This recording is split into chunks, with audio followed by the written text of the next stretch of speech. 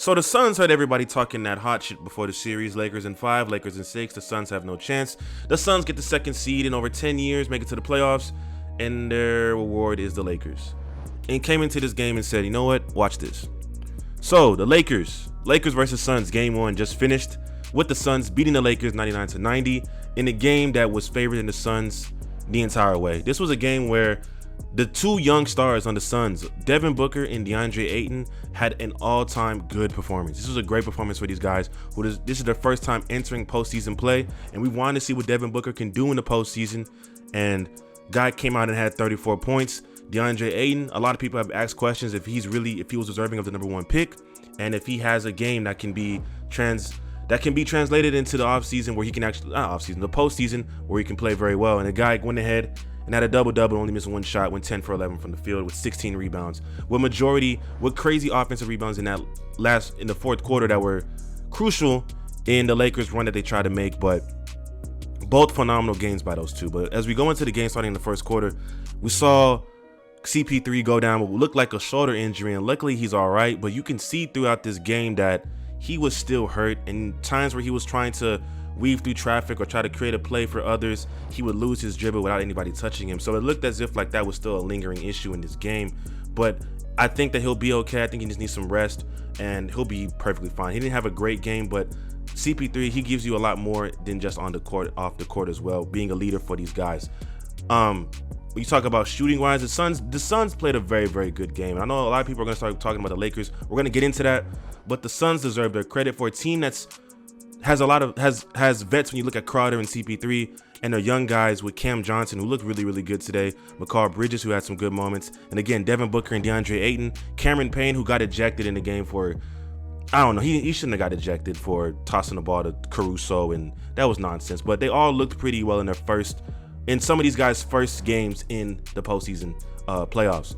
But yeah, the Suns did a great job. You got to give them their credit. I think that they made it tough on the Lakers to get any type of offensive rhythm, and they capitalized when needed to capitalize. They ran a lot of actions they ran a lot of double screens for Devin Booker for him to get open. And when Devin Booker's coming at you hard off that screen, he can either pull up, he can step back, he can get to the lane, or we can find somebody in the low post such as Ayton or even Crowder who might slash, or find somebody in the corner, which happened multiple times. So again, the Suns deserve a lot of credit. Let's talk about the Lakers. So the Lakers, this was a performance that I didn't expect the Lakers to come out so flat at all. LeBron finished with 18, 11, and 7. AD finished with 13, 7, and 2. And Drummond finished with 12 and 9. The Lakers played bad, to sum it up pretty much. Shot bad from 3. AD didn't look like AD. LeBron was passive. And Drummond didn't look like he knew what he was doing on offense. And I want to start off with AD. And we saw this in the Golden State Warriors game on last Wednesday when they played them in the play-in tournament. AD is not looking like AD. And I know this isn't on him. The whole game doesn't fall on him. But for the Lakers to win this series, again, I'm not saying the series is over. For them to win this series, Anthony Davis has to play like Anthony Davis. He's not playing like Anthony Davis. He's playing like Tristan Thompson in 2016. He's settling for so many looks that it's confusing because we view Anthony Davis in such a great light, we hold him to such high expectations.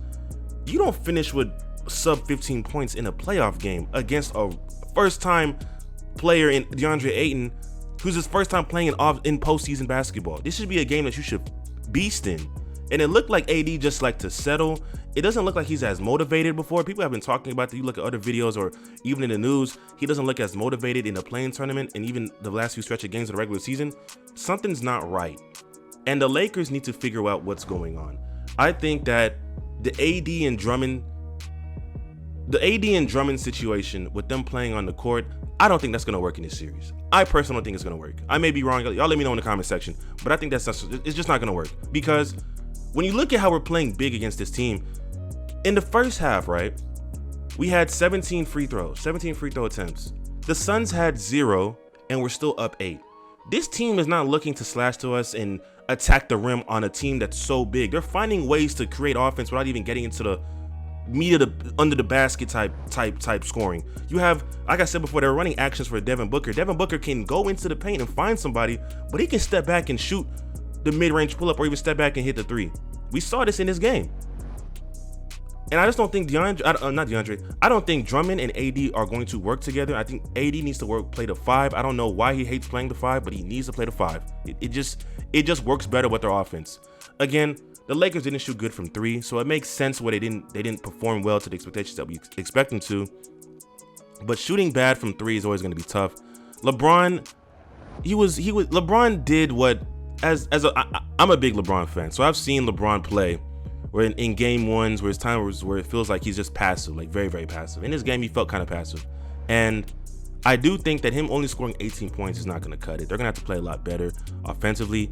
And I think that the Lakers are just in a situation where the Suns are a good team and we need to play our best basketball. It was kind of confusing on Vogel's end too, because Montrezl Harrell had some good moments in this game, but didn't see the floor until the fourth quarter.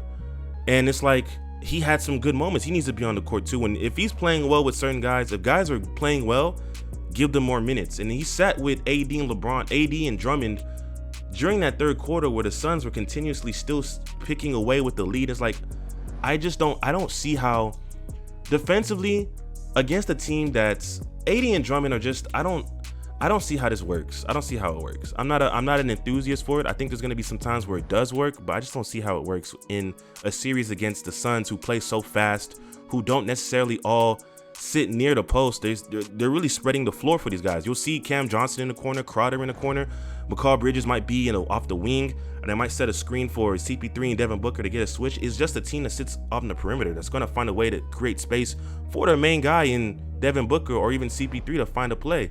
So running two guys who, are one of the best, who are good low post defenders. I'm not saying AD's not a good defender, because we know he is. We've seen him play great perimeter defense, but it just makes it hard because you might get caught on the switch where Drummond's involved. And on top of that, our offense just feels so stagnant. But it also comes down to the fact that Anthony Davis has to play better. It's just that simple. He's too good of a player to be. At first, I thought it was Draymond Green in that Warriors game where Draymond was just being Draymond. You know who he is, a defensive player of the year, one of the best defenders of all time.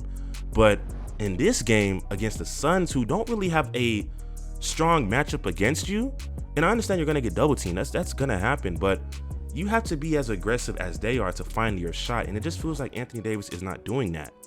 But this loss isn't on Anthony Davis. It's only game 1.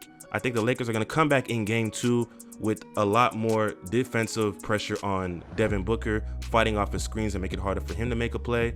And I think that CP3, if he's healthy, if he's lingering with that issue, again, he didn't look as healthy in this game after having that shoulder. I think it was a shoulder contusion, but you can see that it was hard for him to handle the ball in this game. But if he's having issues, the Lakers are going to amp up their defensive pressure, because we know they can do that. And I think that, again, I talked about this in the Mavs series, where your second best player, you got to find sets to get them open. You got to get them in the rhythm of their game so they can perform at a high level. The Lakers got to find a way to do that with AD. And like I said before, Drummond playing with AD, I don't think it's a possibility. I don't think it's the best way. And maybe they may need to find a new rotation. Maybe they need to put new guys in the game.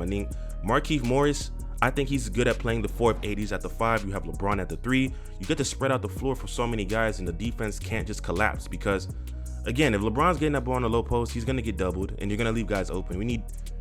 They got to create something. And I just don't think that this lineup that we've been running right now is it right now at all. But that's only game 1, man. This series from what we saw today, it looks like it's going to be very, very competitive. It's not going to be a series where people said Lakers are going to just sweep these guys, because they clearly can't now. But no, this is going to be very, very good. Hopefully everybody stays healthy and the Lakers come back in game 2 and play a little bit better than what they did today, because a repeat of this performance, the boys will be looking like they're going to be going down 0-2. But with that being said, you guys, if you guys enjoyed the video, enjoy the post-game reactions, I urge you to go ahead and like the video, subscribe. I'm trying to make sure I get my post-game, trying to get my voice right now, all that type of stuff to make sure it sounds more authentic and stuff like that. But if you guys enjoy the content, I urge you to go ahead and subscribe, turn your post notification bell on as well.